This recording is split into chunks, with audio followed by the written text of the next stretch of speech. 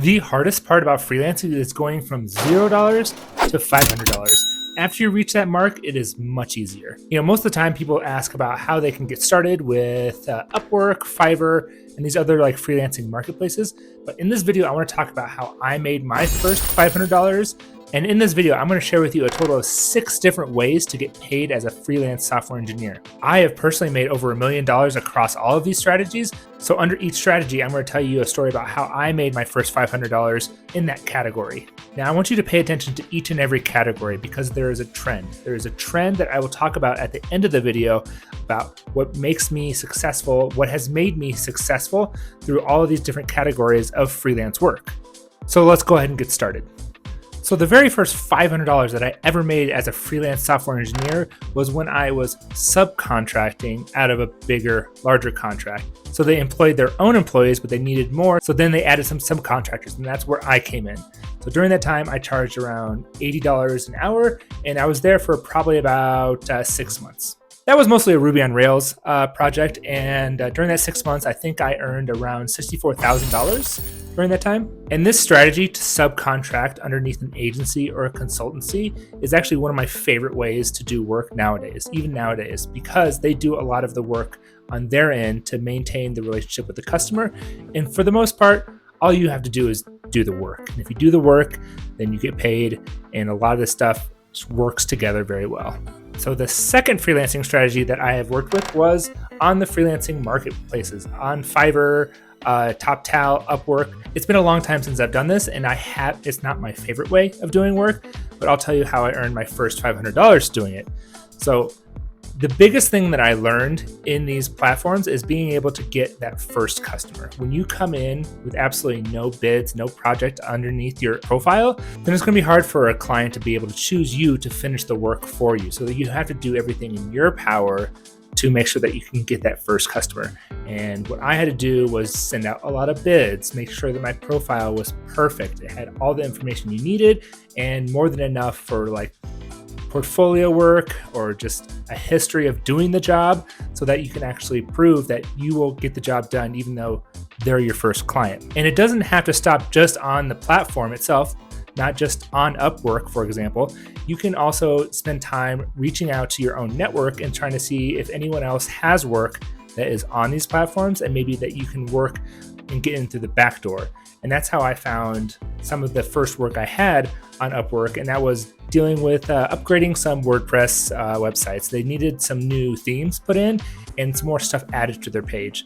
And so I think I did 3 different projects there. One was $500, one was $800, and the last one was $1,000. And after that, I realized how much I did not like WordPress. So I've never returned to doing WordPress, and at the same time, I've also never returned to doing the Upwork program. You can do well there, but it's not my favorite place to go through the marketplaces to find these smaller projects and smaller bits of work.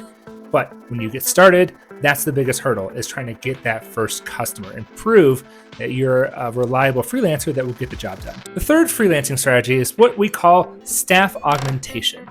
And it's a really fancy word to say that we just need extra bodies to finish a project and we don't care to give you a full-time job. Now, some agencies and consultancies, they strictly just do this. They just throw bodies at problems so you can try to get some work across the line. And the first time that I had to do this was for a completely React front-end role. And what they had to do is they were trying to push a new project to replace an old one. It was a tool that was run directly on the desktop, and they wanted to have a web version of it. So we had to redo the entire architecture and make it web focused. So everything went over the wire on the network, and so that they could do the work on the web anywhere they want, as opposed to always being to the desktop that had the installed software. I think that project lasted around 10 months, and during that time, it was probably earned about $115,000 during that time until that project came to an end and I moved on.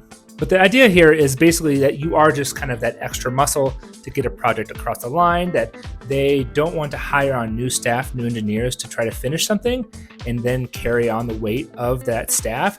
They just want some contractors and freelancers to come in to help out, get something across the line, and then move on so that they can continue on with their original headcount And then you're just, again, like I said, the hired muscle, the extra muscle to push the project over. So kind of the other side of staff augmentation, and it's called proper consulting. So consulting is where you're actually someone coming from the outside and you're recognized as an expert or someone that has definitely the experience needed to accentuate and help out the staff that's currently at a business.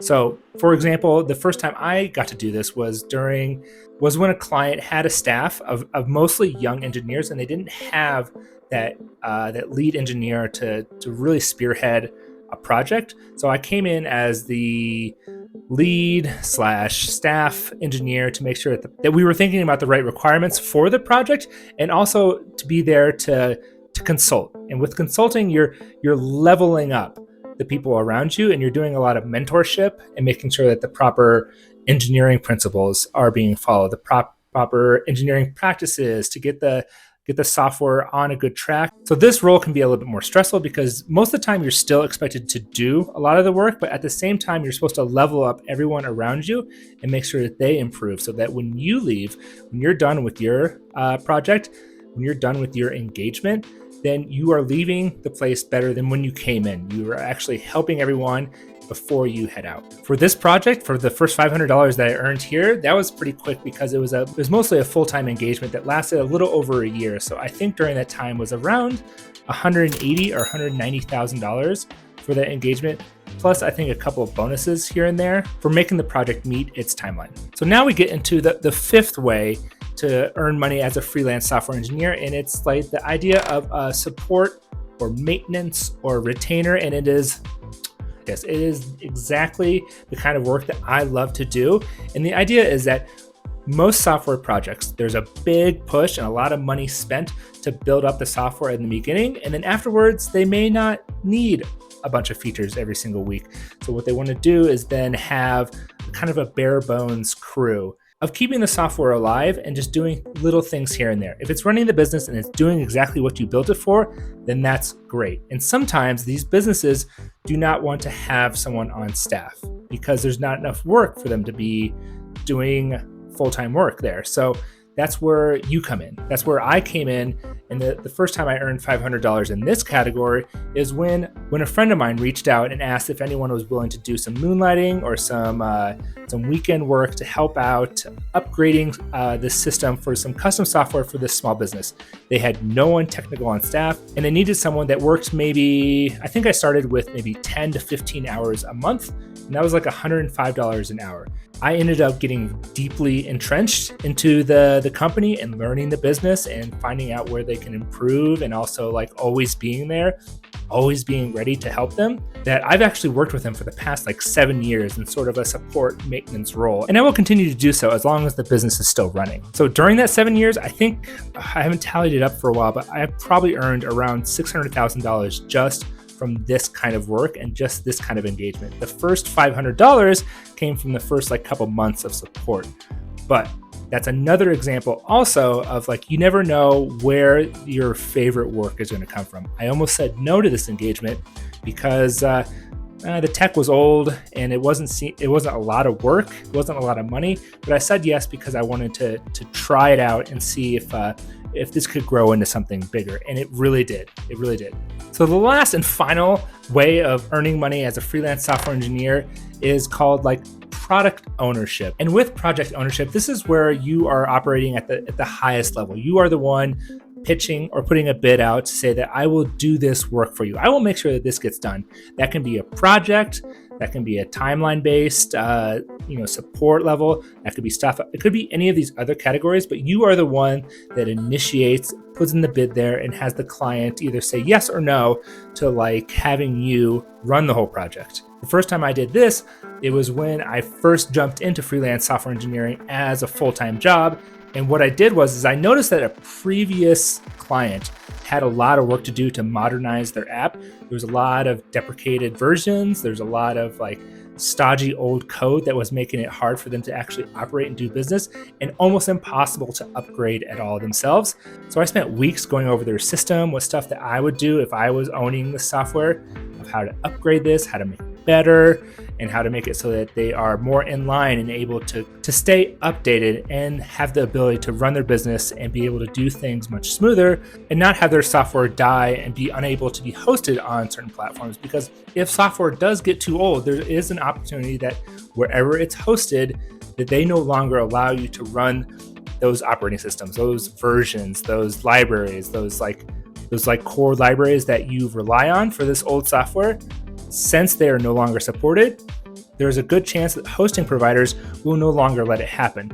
So the idea is that I wanted to modernize it in 4 months. And I got really lucky, and the client said yes, that they would love to have this done because they wanted to improve the system in the next couple of years. So during that 4 months, I think I made around $80,000 and also established a lot of value for my client. And at the same time, I also subcontracted someone underneath me to help out. So I let them charge hours to help me get the project over it and modernize in those 4 months.